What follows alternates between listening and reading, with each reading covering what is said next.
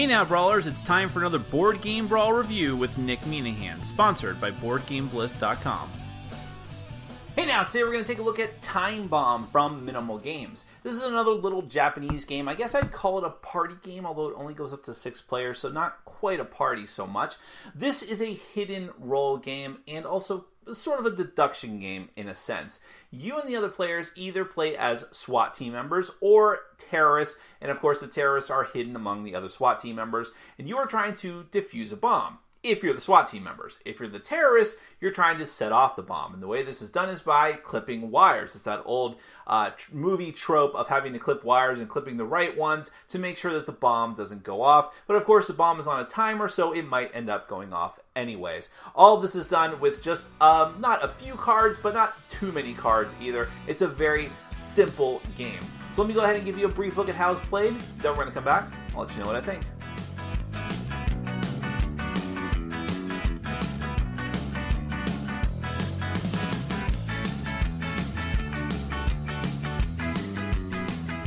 Alright, I'm going to give you a brief rundown of TimeBomb. This is a competitive game for 4 to 6 players. It is a team-based game. You are either going to be a noble member of the SWAT team, or you are going to be one of 2 terrorists, and the number of SWAT team members will change depending on the number of players.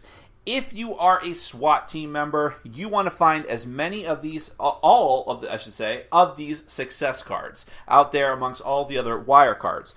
If you are a terrorist, you want to find the boom card, representing a wire that you should not have cut, which kills countless civilians. Also, it is possible for the terrorists to win if 4 rounds of the game go by without a clear winner being determined in one of the other 2 methods, in which case that represents the bomb just running out of time and going off. So first off, like I already said, the number of hidden role cards is determined by the number of players. So you'll shuffle those up, deal them out face down. Each player keeps it secret to themselves. Again, the terrorists are on a team, but they do not, of course, say that to the other players. The SWAT members are also on a team as well, but everyone is pretty much pretending to be SWAT.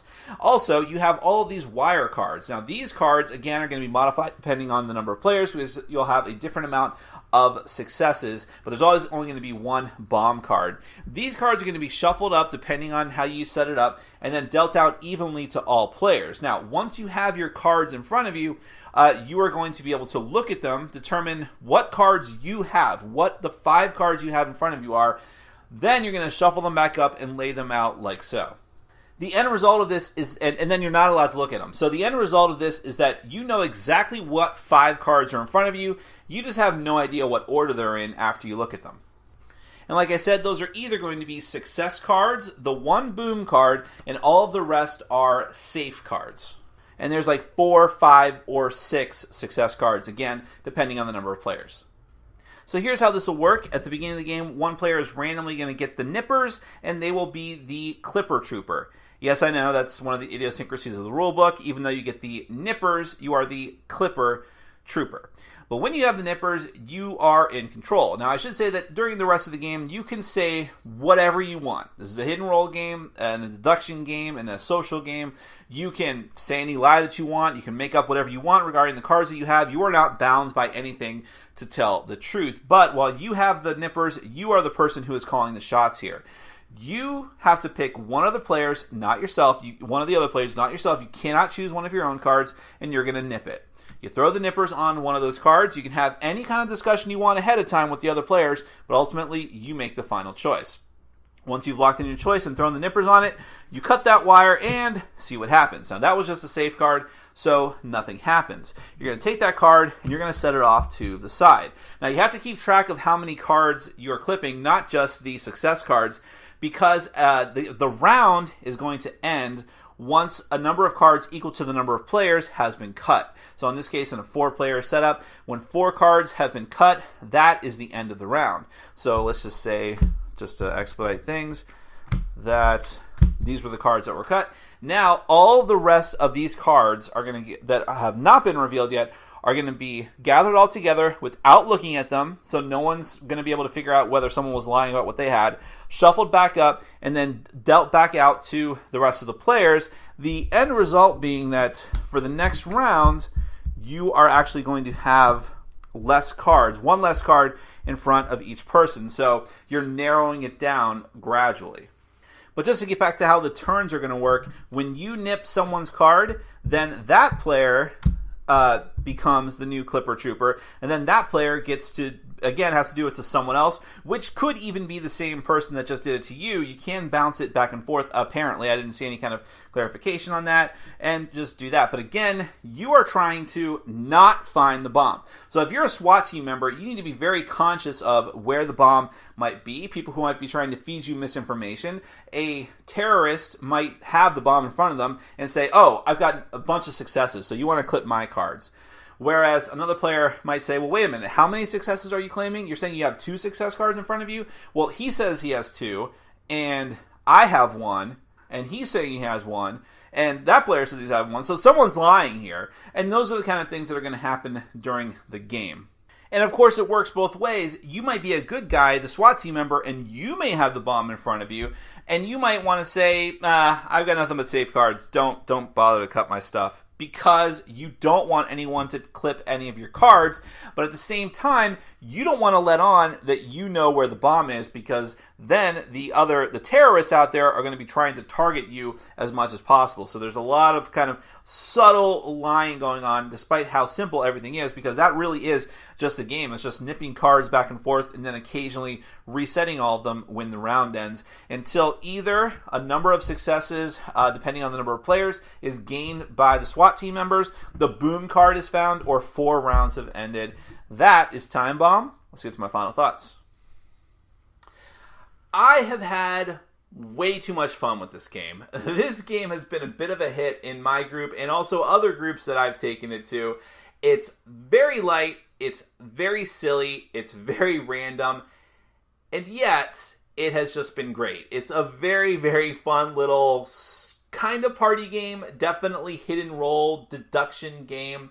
This takes elements of Good Cop, Bad Cop, and the Resistance and mixes them together, but then strips away a lot of the trappings and complexity, even though those games really aren't that complex. This distills it even more and just puts it into this package of just like constant lying and back and forth and distrust and suspicion and Hail Mary passes in the form of these clippers being thrown around.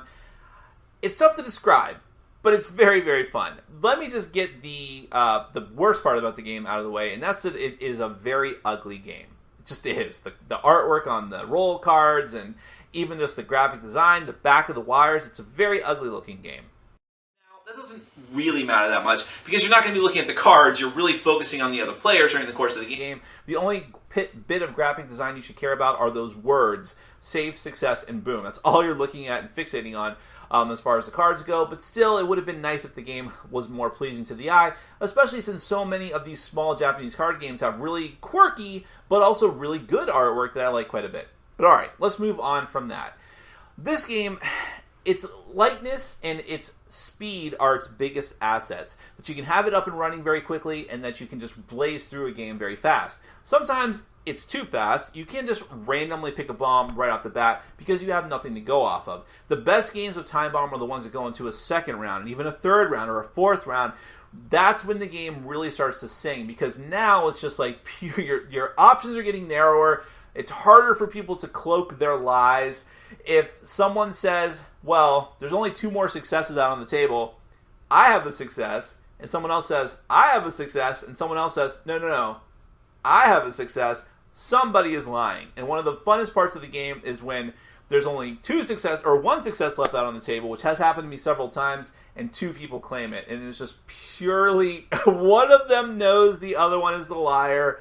One of them is trying desperately to make the other people think that the other person is a liar. This happens more often than you would think, and it is hilarious, intense. People who I have normally seen are very calm and cool and collected. By the second or third round are like, what is going on? They're screaming at the other players like, no, clip this wire right here. How dare you? I don't know why. Even more than the Resistance, it brings that out of players. But at the same time, it goes faster than the Resistance. It just doesn't feel like there's as many like legitimately heated emotions in this game because it's all going by so quickly. Another interesting part is how if you are one of the SWAT team members, and I mentioned this in my overview, and how you could have the bomb in front of you, but you're like, oh, no, I need to let them trust me, but I can't say anything about my cards or I have to lie about my cards. If you say, okay, all my cards are safe, so no point in cutting my cards, then the good guys might say, well, all right, well, let's just clip your cards so that you have control of the clippers, the nippers, or whatever it is, and then you can just kick it back to me. But you're like, no, you can't. And you can't say you have successes because then people are really going to go for you. And you can't say that you have the bomb because even though that means your party members will not clip you, the terrorists are going to say, well, we know where the bomb is, presumably. You could lie and say you have the bomb just to keep it cloaked, but then whoever does have the bomb knows that you're lying, and if it's one of your SWAT team members, they're going to be like, why did he lie about that? He must be one of the bad guys, or something. They might not make that connection in their mind. I'm probably over-exaggerating this game. It's not complex by any stretch of the imagination. It's very simple. It's very goofy. But for what it is, for how light it is, and for how fast it is, it just works so well. I can't say it's a killer of games like The Resistance or Good Cop, Bad Cop, because sometimes I like just a little bit of extra added, breadcrumbs and complexity that those games have to them. But this game is instant, like 10 minutes to kill, 4 or 5 of us, boom, there it is. Works really well. Wish it was prettier, but aside from that, fun game. Very surprised by it in a pleasant way. That is Time Bomb from Minimal Games. Check it out whenever it's available. Thanks for watching. Follow us on Facebook, Twitter, and Patreon. And make sure to check out our sponsor, Board Game Bliss, where you can find an amazing selection of games from around the world. BoardGameBliss.com. Thanks for your support.